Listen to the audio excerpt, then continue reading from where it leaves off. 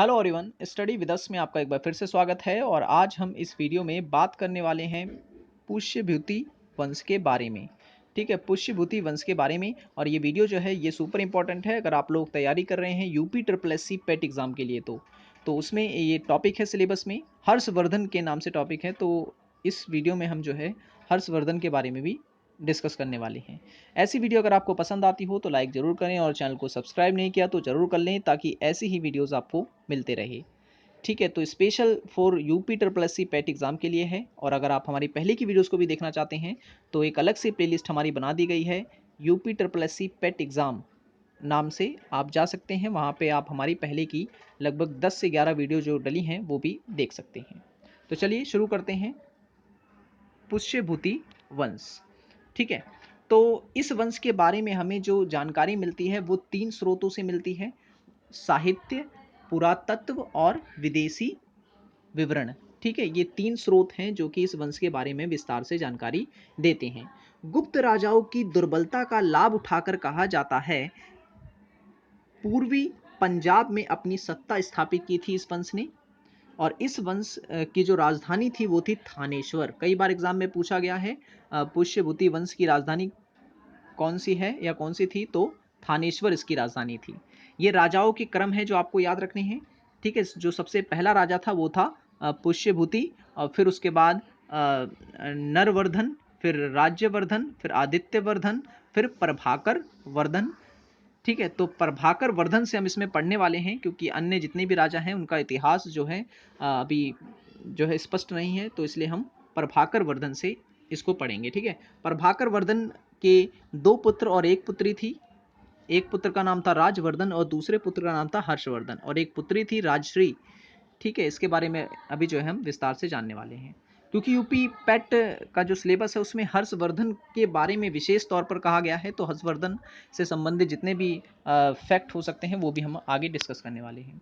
तो प्रभाकर वर्धन के बारे में अगर हम बात करें तो इस वंश का जो शक्तिशाली और वास्तविक संस्थापक जो माना जाता है वो है प्रभाकर वर्धन।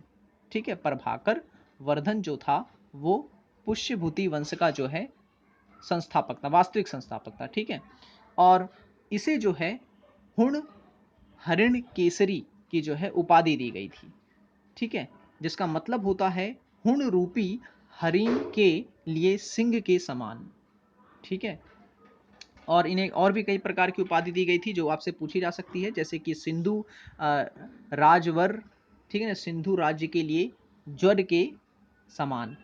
ठीक है, और गुज्जर प्रजागर, और उसके बाद लाट पाट व पटचरी।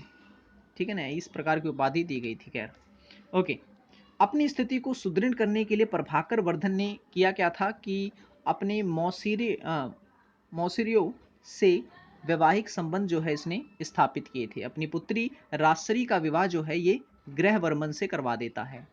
ठीक है, ग्रहवर्मन से विवाह करवाया था प्रभाकर वर्धन ने। ठीक है, किसका विवाह? तो राजश्री का विवाह। राजश्री कौन थी? तो प्रभाकर वर्धन की पुत्री थी। ग्रहवर्मन की हत्या कर कर कहा जाता है देवगुप्त और शशांक द्वारा जो है राजश्री का अपहरण कर लिया जाता है। ठीक है, राजश्री का अपहरण कर लिया जाता है। और फिर होता यह है कि जो राजवर्धन होता है, राजवर्धन द्वितीय, ये प्रभाकर वर्धन की मृत्यु के पश्चात जो है ये गद्दी पर बैठता है।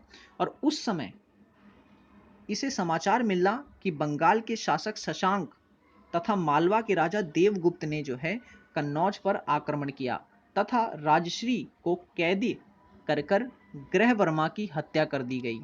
ठीक है, अब राजवर्धन जो होता है वो तुरंत अपनी सेना लेकर अपनी बहन को बचाने के लिए जाता है और राजश्री को आज़ाद कराने के लिए निकल पड़ता है। ठीक है, मतलब जाता है वहाँ पर। उसने देवगुप्त की सेना को पराजित करता है, लेकिन और कहा जाता है कि उसने देवगुप्त की वो हत्या भी कर देता है। लेकिन जो शशांक होता है जो कि बंगाल का शासक होता है, वो जो है धोखे से राजवर्धन को की जो है हत्या कर देता है।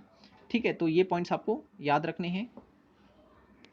अब जब राजवर्धन की हत्या हो जाती है तब उसका जो भाई होता है हर्षवर्धन, ये गद्दी पर बैठता है।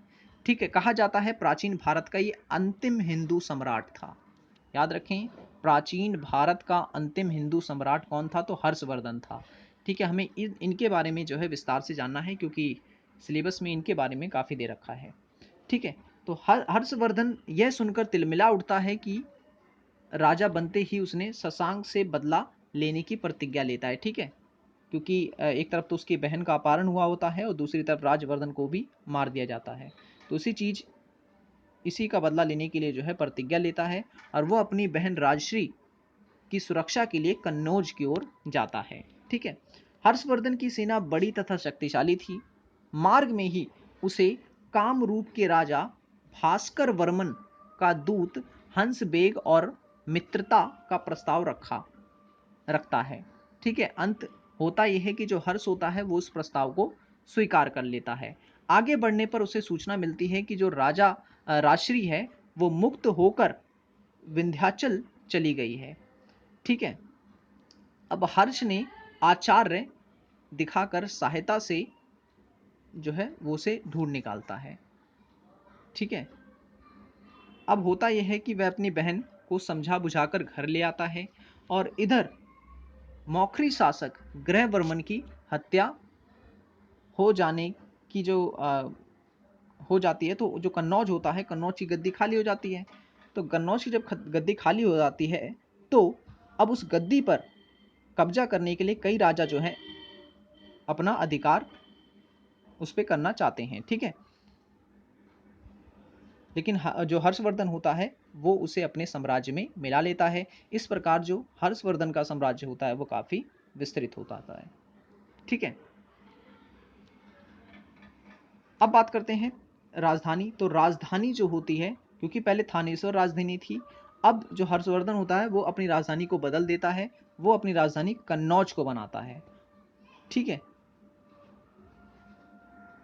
अब उसके बाद बात करते हैं साहित्य की। तो कहा जाता है जो हर्षचरित्र नामक पुस्तक है वो बाण भट्ट के द्वारा लिखी गई है। बाण भट्ट कौन था? ये हर्षवर्धन के दरबार में जो है दरबारी कवि था उनका। ठीक है, ऐतिहासिक विषय पर गद्य काव्य लिखने का प्रथम सफल प्रयास जो है वो इन्होंने ही किया था।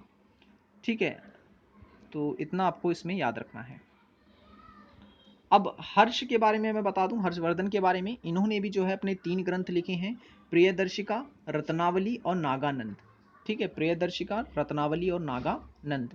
और इन्हीं के दरबार में जो है मयूर नामक जो है विद्वान रहता था। ठीक है, जिसने कुष्ठ रोग ठीक करने के लिए जो है सूर्य की उपासना की थी। ठीक है ना, और उसके बाद हर्ष के दरबार में जो है हरिदत्त और जयसेन जैसे प्रसिद्ध विद्वान भी रहते थे।